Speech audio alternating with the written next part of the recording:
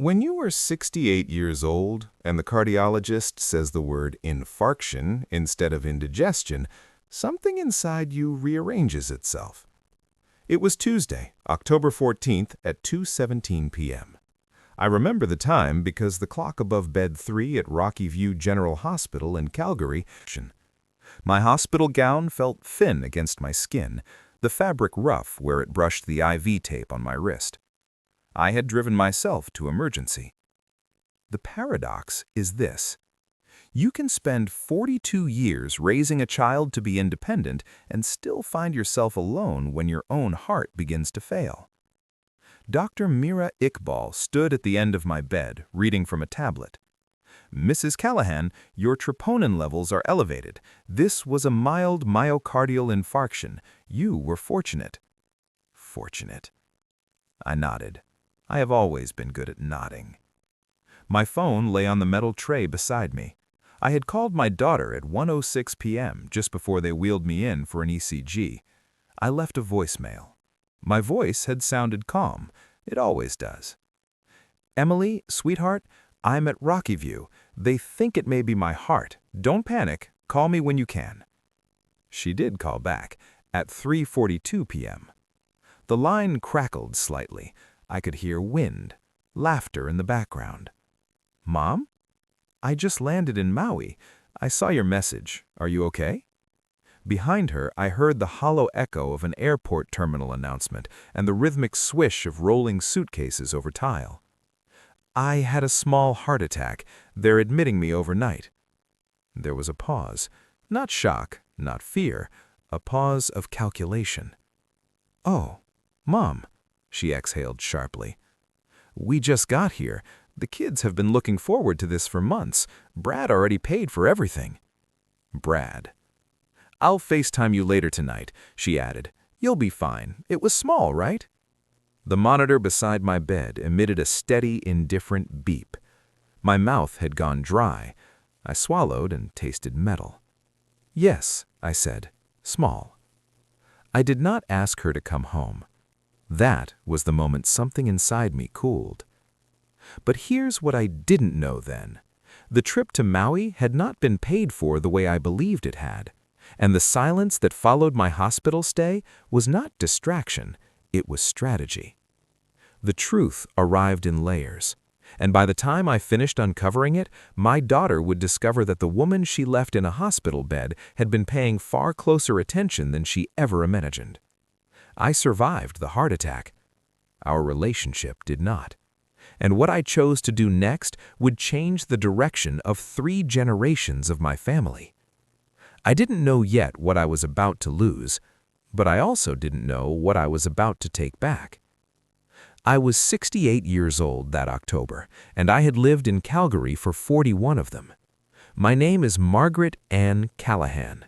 For 37 years, I worked as a forensic accountant with Morrison Feldman LLP, a mid-sized litigation firm downtown on 4th Avenue SW. I specialized in tracing misappropriated funds, untangling corporate fraud, reconstructing incomplete ledgers, identifying patterns beneath ordinary bookkeeping entries. My job was never about drama. It was about precision. Numbers leave footprints. People assume they don't. They assume transactions dissolve into the past once processed. They don't. Every withdrawal carries intent. Every transfer has a timestamp. Every signature has pressure points. I spent my career following those trails. My husband, Daniel Callahan, died on February 3, 2019 at 6:12 a.m. from pancreatic cancer.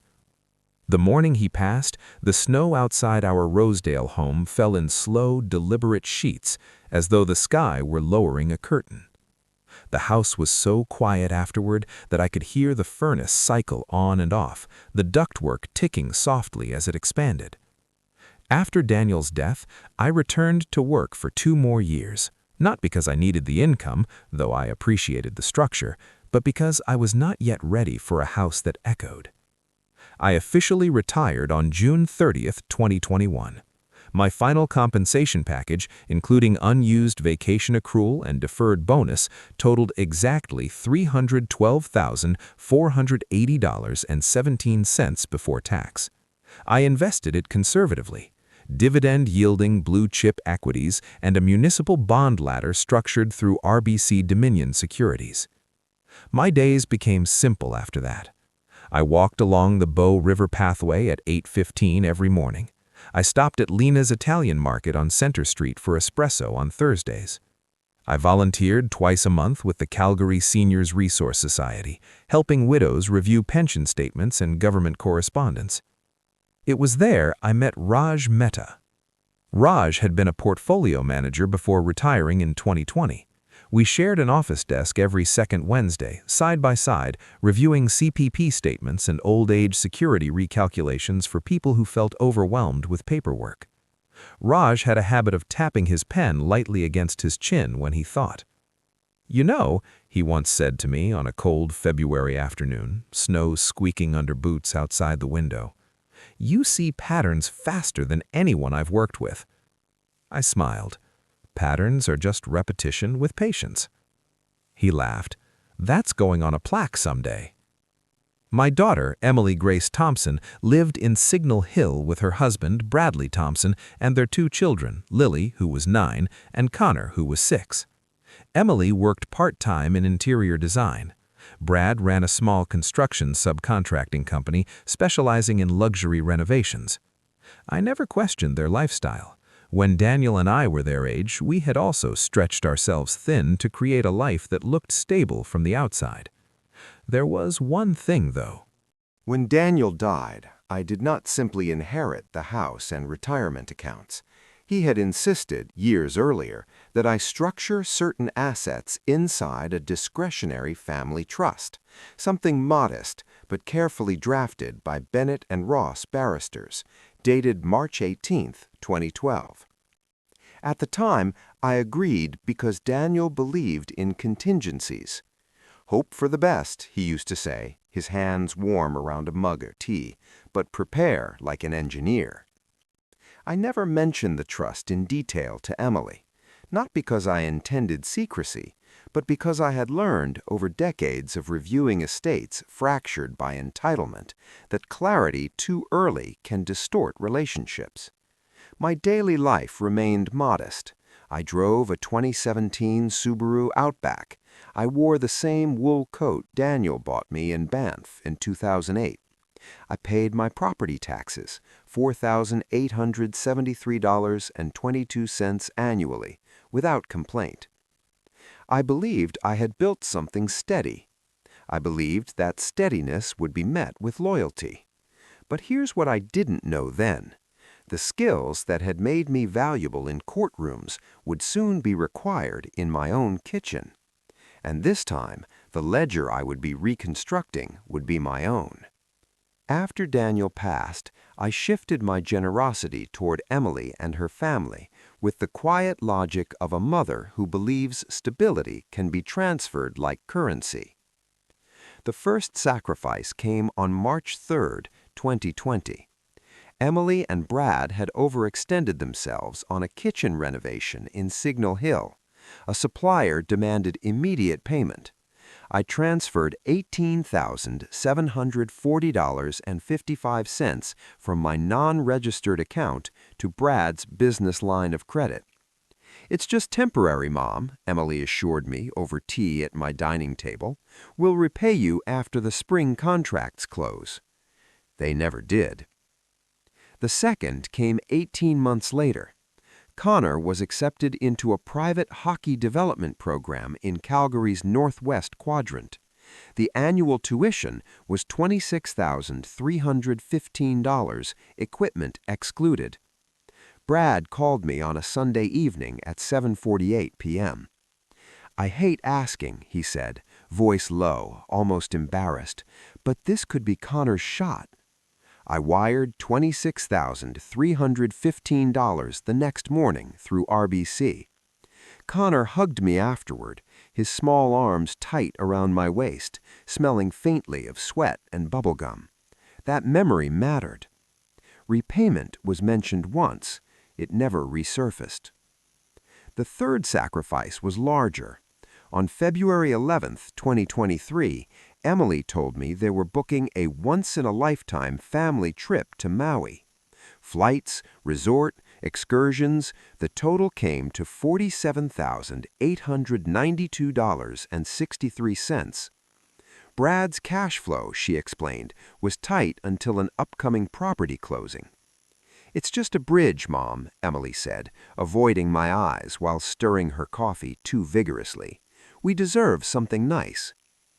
I noticed then how Brad's handshake had grown shorter over the years, firm but distracted, as if scanning the room for someone more advantageous. To his credit, he worked relentlessly. I had seen him install cabinetry himself at midnight. Still, a small doubt flickered. I ignored it, because mothers, like accountants, often choose the version of the ledger that feels kinder. The heart attack happened 8 months after I transferred $47,892.63 for Maui. I was discharged from Rockview General Hospital on Wednesday, October 15th at 11:26 a.m. The sky over Calgary was the pale blue of early frost. The air felt sharper than it had the week before, cold enough to sting the inside of my lungs. Raj Mehta picked me up because Emily said she couldn't rearrange the excursion schedule. "They've booked a snorkel tour," she explained over FaceTime the night before. I could see palm trees behind her, sunlight reflecting off a hotel pool. "Mom, the kids are so excited. You wouldn't want us to waste it." I held the phone steady with both hands. My IV bruise had turned yellow at the edges. "No," I said. "Of course not." Raj carried my overnight bag into the house and paused just inside the doorway. The furnace kicked on with a low hum. The house smelled faintly of dust and lemon cleaner. "Did she say she's coming home?" he asked carefully. "No," I replied. That Friday evening at 8:14 p.m., while I was propped up on the sofa with a cardiology discharge packet resting on my lap, Emily posted photos on Instagram. Lily in a flowered lei, Connor grinning beside a surfboard, Brad holding a drink with a paper umbrella. The caption read, "Family first, grateful for every moment." My phone remained silent. I called Emily at 9:02 p.m. She answered on the 4th ring. "Mom, we're at dinner. Can this wait?" "I just wanted to hear your voice," I said. There was background music, ukulele strings, clinking glasses. "You're stable," the doctor said. "It was mild. You worry too much." Then she said the sentence that settled everything. "Mom, you're strong. You don't need us hovering every time something happens." Hovering. After I hung up, I sat very still. The refrigerator motor clicked on in the kitchen. My chest felt tight again, not from blockage, but from recognition. The empty chair across from me, Daniel's chair, seemed larger than usual. I didn't argue, I didn't cry. I simply watched the digital clock turn from 9:17 to 9:18. Recovery requires stillness. Stillness reveals patterns.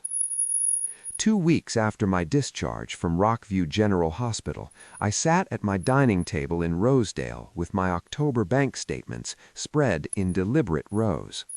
The late afternoon light in Calgary slanted through the window, catching the faint dust in the air.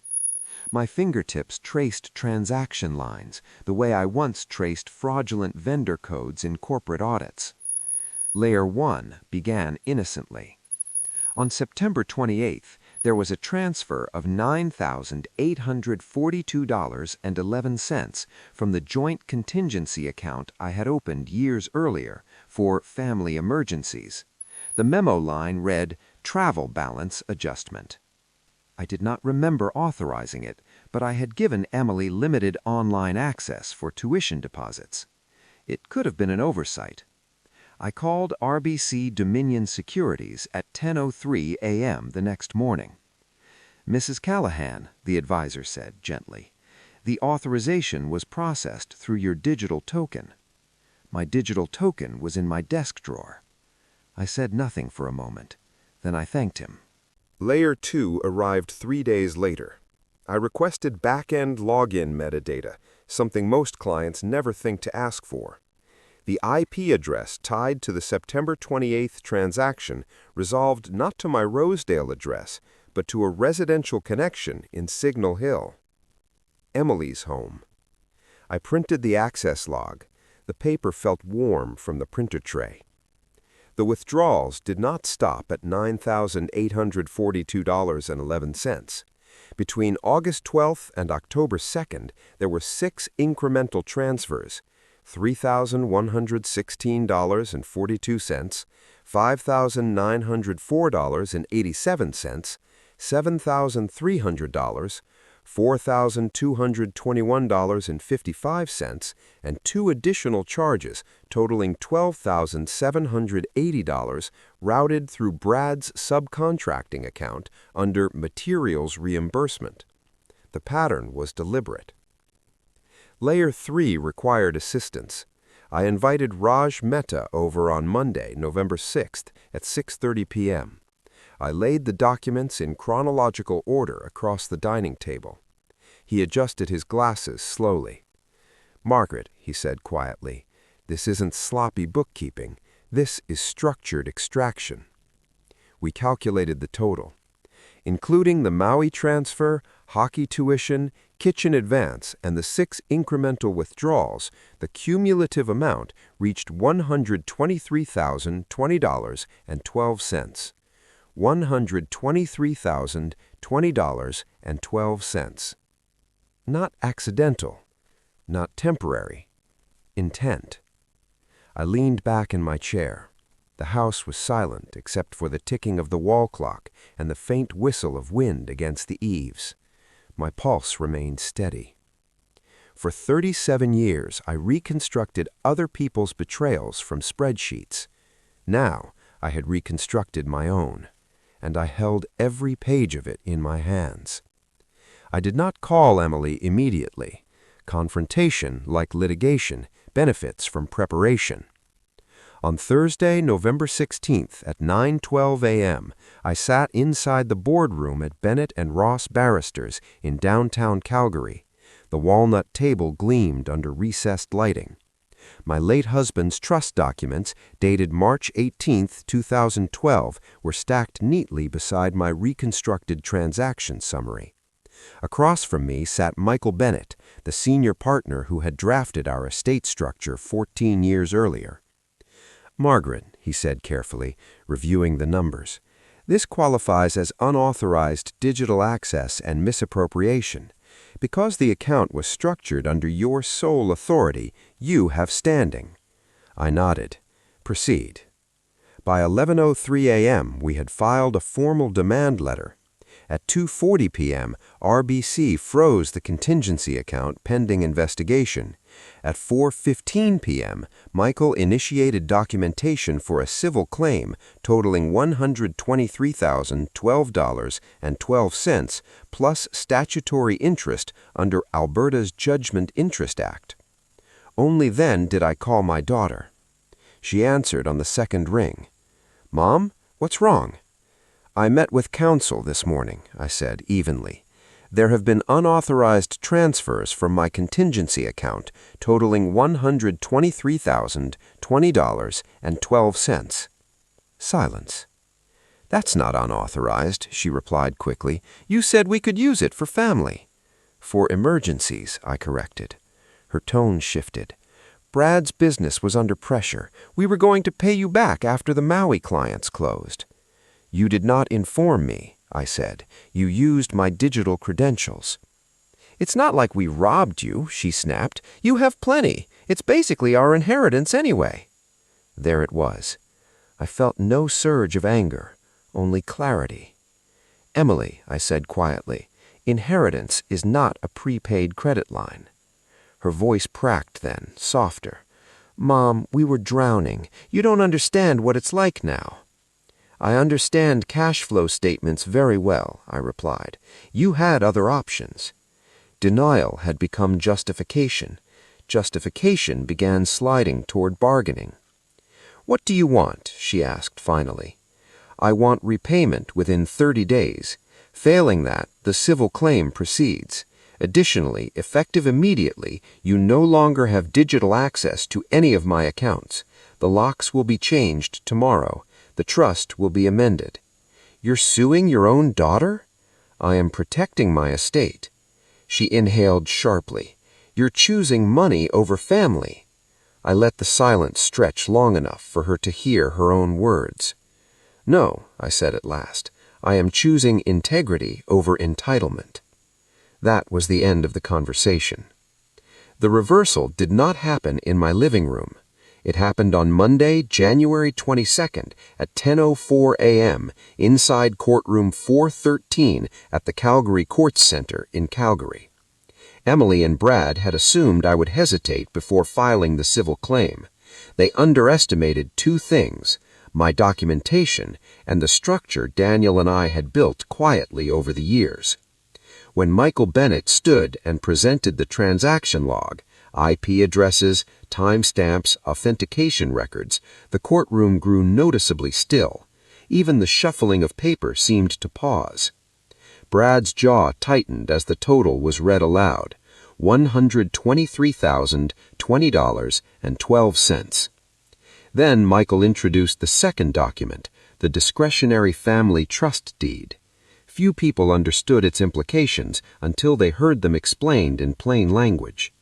The trust, valued at $1,842,776.44 as of December 31, 2023, held our Rosedale property, dividend portfolios, and 2 GIC ladders.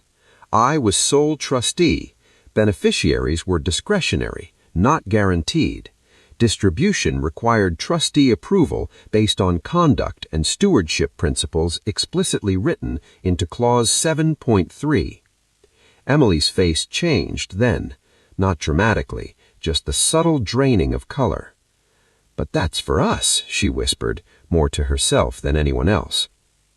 The judge reviewed the evidence. "This court recognizes clear unauthorized access and misappropriation. Repayment is ordered in full, plus legal costs totaling $18,406.73. There was a moment, a pure, suspended silence, when reality settled across the room like snowfall. I did not look at my daughter immediately. I gathered my documents first. Brad spoke quietly but urgently. "Margaret, we can set up installments." "You may discuss that with counsel," I replied. Outside the courtroom, Emily finally met my eyes. "You're cutting us out," she said. It was not an accusation, it was a recognition. "I am restructuring," I answered calmly. 2 weeks later, under formal amendment, the trust beneficiaries were revised. 50% was allocated to Lily and Connor directly, protected until age 35 under educational and health disbursement clauses. The other 50% was redirected to a Calgary-based cardiac research foundation at Foothills Medical Center. Emily received no discretionary standing. When Lily visited me that spring, she climbed onto my sofa and said softly, "Grandma, Mom says grown-ups make mistakes." "Yes," I told her, brushing hair from her forehead. "And we fix them?" "When we can." I did not gloat. I did not celebrate. I simply ensured that the future would reward responsibility instead of entitlement. That is what forensic accountants do. By the summer of 2024, my life had settled into a rhythm both quiet and deliberate. The sun rose later over Calgary, casting long shadows across my Rosedale living room, where I now spent mornings reviewing portfolios and letters from the Calgary Seniors Resource Society. The house smelled faintly of cedar polish and fresh coffee, a scent I had come to associate with independence. The trust amendments had taken effect on May 18th. Emily's access had been removed entirely. Lily and Connor, now direct beneficiaries, were supervised by professional trustees who managed their disbursements responsibly. Brad's business remained intact, but the contingency account was permanently closed. The total amount recovered was $1,230,020.12 plus $18,406.73 in legal costs, which covered the immediate financial gap and left a clear warning: my estate was no longer a revolving line of credit.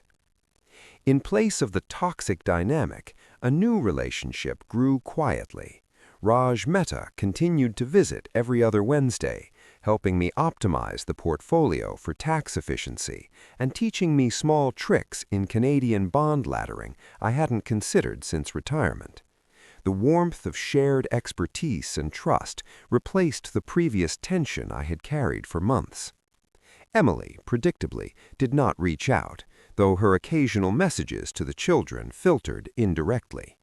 The lessons had been made clear. Entitlement had limits. Over time, I allowed partial reconciliation with her younger siblings, who genuinely regretted how the situation had unfolded. We began to meet for Sunday brunches at Lena's Italian Market, a neutral place that smelled of espresso and fresh pastries, free from the burden of past claims. Daily life was now purposeful but unhurried. I walked along the Bow River pathway at 8:15 every morning, feeling the frost crunch beneath my boots, taking in the cool air with a steady breath. I read, gardened, and sometimes, late in the evening, I reviewed spreadsheets not for investigation, but for interest tracking and personal curiosity. My independence was absolute, earned by precision, foresight, and patience. I had kept my dignity. I had preserved my financial security. Most importantly, I had set boundaries that even my closest family could not cross without consequence. Peace was not a triumph, it was a deliberate restoration of order, built from decades of careful observation and deliberate action. If you are watching this or reading this, and you are anywhere between 55 and 75, I want to speak to you directly. Because by the time you reach this season of life, you have already learned some truths the world insists on forgetting. That loyalty is fragile, that generosity can be exploited, and that independence is something worth protecting, with clarity, not guilt. I was 68 when my heart betrayed me briefly with a myocardial infarction. It was mild, physically, but it revealed a fracture in the relationships I had built my life around. It taught me that love, while essential, is not guaranteed to align with responsibility. And it forced me to remember the professional principles I had lived by for decades as a forensic accountant. Track everything, verify intent, and hold evidence. These were not merely tools for my career, they became instruments of personal justice. You may be wondering if it feels cruel to act decisively against family. It does not. Precision is not cruelty. Precision is dignity. By identifying the misappropriations, $1,230,020.12 in unauthorized transfers, the discretionary family trust, valued at $1,842,776.44, I was not exacting revenge. I was maintaining order. I was ensuring that accountability matched entitlement. You have a right to protect yourself. You have a right to enforce boundaries. You have a right to say no, even to those you love. And yes, sometimes that means facing difficult decisions with calm clarity instead of emotion. The people who truly care will understand why those boundaries exist. The ones who don't will eventually prove it through their actions. The professional metaphor I always return to, numbers never lie, but people often interpret them to their convenience, applies here. In life, as in accounting, clarity prevents exploitation, transparency is protection, and preparation is liberation. You do not need to gloat, You do not need to dramatize. You simply need to maintain the ledger of your life in a way that honors your values and your dignity. I gave my daughter the opportunity to act responsibly. She did not. I preserved my assets, protected my grandchildren, and ensured that future generations would benefit from stability, not entitlement. And I did so without raising my voice or letting bitterness define me. That is the measure of true strength: quiet, methodical, unwavering. The people who truly love you will respect your limits. The ones who don't, they were never yours to begin with.